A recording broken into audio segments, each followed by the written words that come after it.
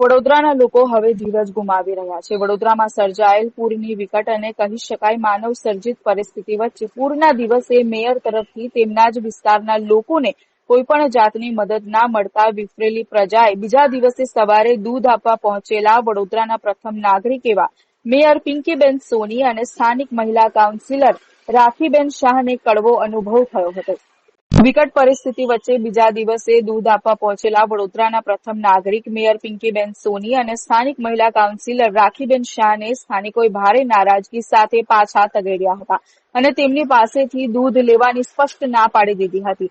સેંકડો માણસો આ વિરોધમાં ઉતર્યા હતા। મેયર અને સ્થાનિક મહિલા કાઉન્સિલર લોકોનો વિરોધ જોઈ રવાના થઈ ગયા હતા। સ્થાનિકોએ આ ઘટનાનો વિડીયો બનાવી વાયરલ કર્યો હતો। બ્યુરો વડોદરા। हाँ वहाँ कॉर्पोरेटर बेन चाल्या राखीबेन तो राखीबेन છે પછી વિનોદભાઈ છે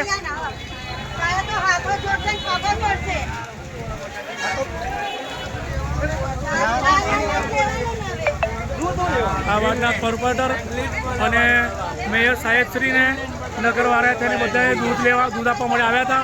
બધાને દૂધ માટે ના પાડી હતી કે નથી જોઈતું, કેમ કે કામના ટાઈમ પર કોઈ ફોન નથી ઉપાડતું।